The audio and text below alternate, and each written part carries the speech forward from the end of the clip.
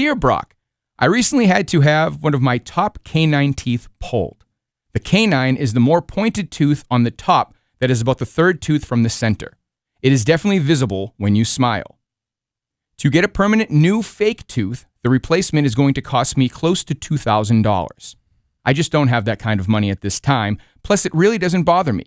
I work in an industrial shop with all guys, and I don't see the public. My girlfriend, however, is losing her mind over it.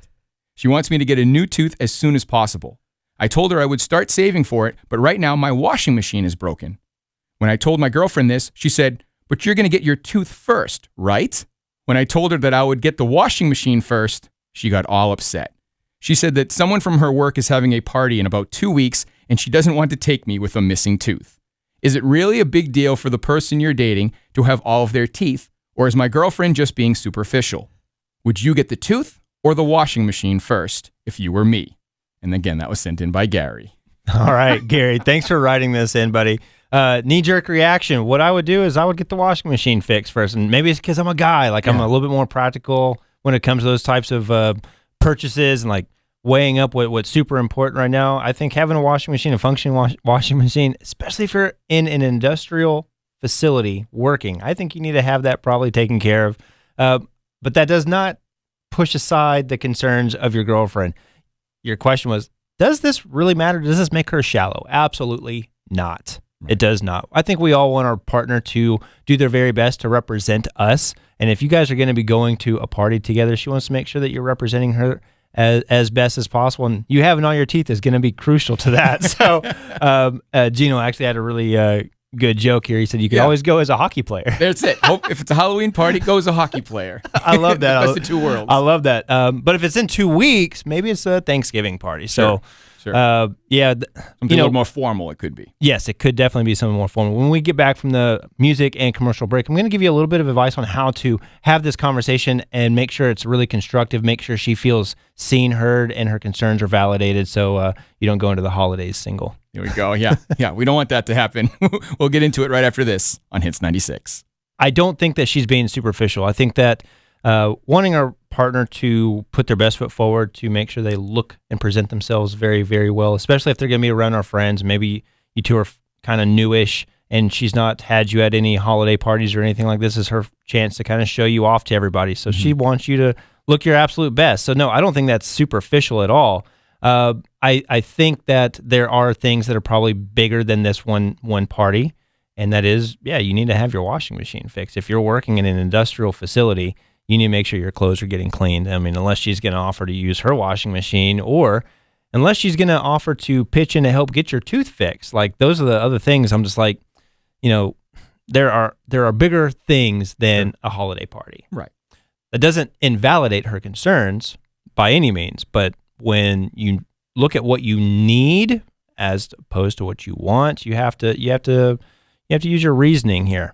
Now, what I said I was going to do is give you a couple of tips on how to have a conversation that's constructive and make sure that she feels seen.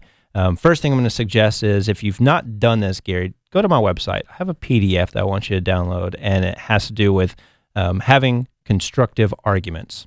And what that PDF is going to show you is how to make sure your partner feels seen, validated, heard, make sure they feel respected, make sure that their points and opinions are received well, but also helps you manage their expectations. And what I'll say right now is about the managing expectations. I don't think that, I'm sorry, let me back up. I think what you should definitely be doing is making sure she feels like her concern for your tooth is a priority.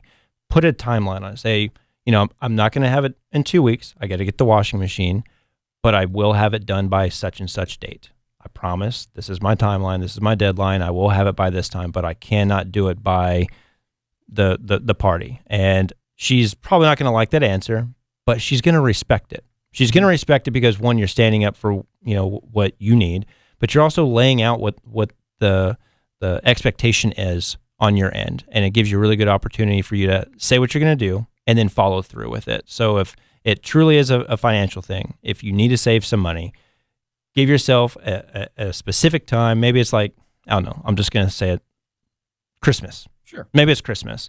Say, I will have it done by Christmas. That is the timeline. That's when I'm able to save up for. Manage her expectations. Make sure that she's heard. Make sure she feels heard, feels seen. Make sure that her concern is validated. Sometimes things like this just like They come up.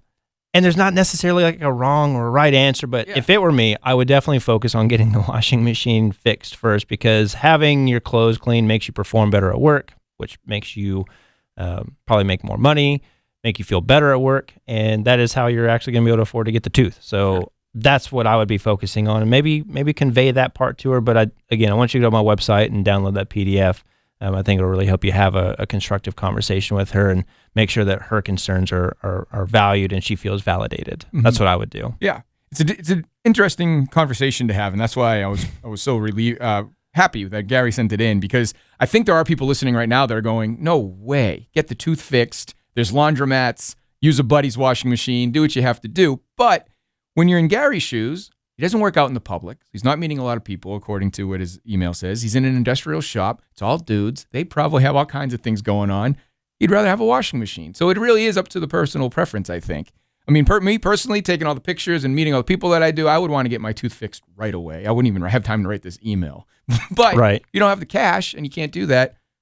Yeah, I think the girlfriend, give him a little leeway. I like the deadline thing, though, to let her know, I'm working on this. It's just something that's not going to be done right away. Right. Like you actually mean business. And I'm kind of with you, Gino, like, because we're kind of in the public eye. Like I would probably focus on my tooth as well, but that's just because that's our line of work. Yeah. Gary, your line of work is not to do in the public eye. It's a very industrious type of situation. And you need to make sure you're not bringing home like work site contaminants and things like that. So having your clothes being able to be washed, like I said, unless she's willing to wash them for you for a prolonged, but there's a compromise there.